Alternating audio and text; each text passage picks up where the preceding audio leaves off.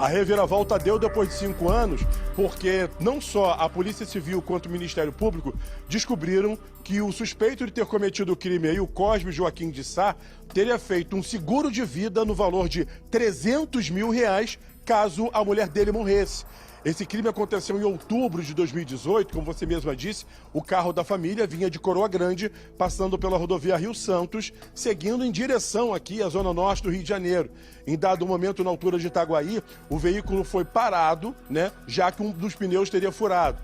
O marido dela, o Cosme Joaquim, teria afirmado que a Luana estava dentro do carro com a bebezinha menor no colo e a filha de 2 anos sentada no banco de trás. Quando esse assaltante chegou, teria roubado o celular dela, um dinheiro e dado uma facada certeira ali perto do coração da vítima. Daquele momento em diante, a Delegacia de Homicídios da Baixada Fluminense começou a investigar o caso. Só que a reviravolta se deu quando eles descobriram esse seguro de vida que foi feito ali caso ela morresse. Para falar do assunto, estão com a gente aqui a Andréa de Oliveira, tia da Luana. Naquela época, você já tinha uma certa desconfiança de que alguma coisa errada tinha acontecido. Muitas das coisas que ele falava, do que o Cosme falava, não batia. Agora, para vocês, vendo essa informação de que foi ele quem matou a Luana, como é que foi para vocês? Não foi muita surpresa, né?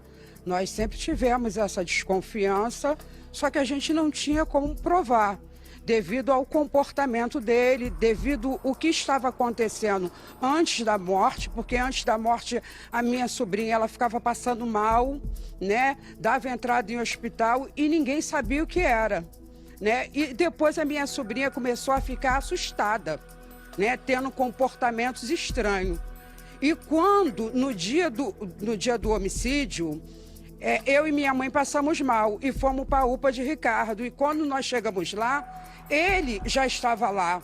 E fomos informados que ele estava desacordado. E quando eu dei entrada na sala que ele estava, eu vi que ele não estava desacordado, que ele estava fingindo e que ele tinha um arranhão na altura da barriga. E aí a gente já começou a desconfiar. E passou um tempo, a minha sobrinha, ela vinha muito aqui para mexer no computador e ela acabou deixando o e-mail dele aberto no computador do meu irmão. E o meu irmão abriu esse e-mail e descobriu o seguro que ele havia feito em nome dele e das 2 filhas menores. Deixa eu chamar a Isabelle Benito para essa discussão aqui, Isabelle. Só mais um detalhe que eu vou trazer para você. Ao longo desses últimos 5 anos, ele chegou a casar novamente. E, estranhamente, essa segunda mulher dele também morreu, tá, Isabelle? Eita. E ao longo desses últimos 5 anos, ele transformou a vida da família no inferno. O que é que ele fez? Ele chegou a acusar uma das pessoas da família, um tio das crianças, de ter tentado abusar sexualmente de uma das crianças, trazendo um verdadeiro inferno para a família. Mas a Andréa está aqui e conversa com você a partir de agora, Isabelle Benito. Andréa, boa tarde para você. Oi, Andréa, boa tarde para você. Deixa eu só tentar pegar algumas lacunas que ficaram. No dia do homicídio, você falou que já chegou na UPA, ele se disse desacordado. Qual era a história que ele contava para os policiais e para vocês?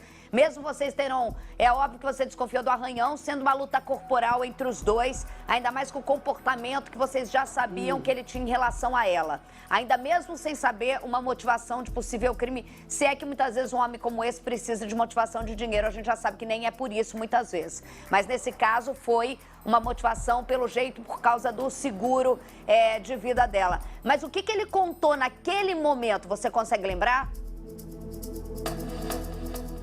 Olha, desde o momento do homicídio, ele já cortou relações com a família. Algo que muito estranho, porque ele era muito bem tratado pela família, né? A família abraçou ele como um filho, sendo ele órfão, né, de pai e mãe. A nossa família, minha irmã e meu cunhado, abraçou ele como filho. Para você ter uma ideia, ele nem comunicou a minha irmã e o meu cunhado que a filha deles tinha sido assassinada.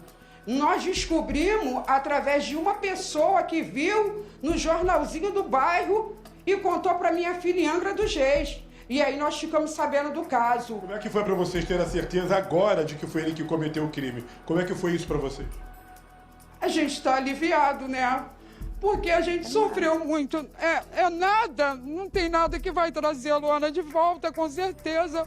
Uma menina meiga, linda, mas o tempo, 5 anos sem ter contato com as filhas dela, sabendo que as filhas dela estavam na mão de um acusado, foi uma coisa horrível, foi muito cruel ver o meu cunhado e a minha irmã sofrer tanto, porque já havia perdido um filho e perder a filha e ainda ver as netas, 2 crianças, na mão de um homem cruel, né, sem nenhuma empatia, que fez essa maldade com a minha irmã, porque se ele tivesse o mínimo, né, de empatia, ele poderia pelo menos deixar a minha irmã ter contato com as netas. Só ontem a minha irmã veio ter esse contato, né, graças a Deus, e as crianças se encontram com a minha irmã em Angra dos Reis.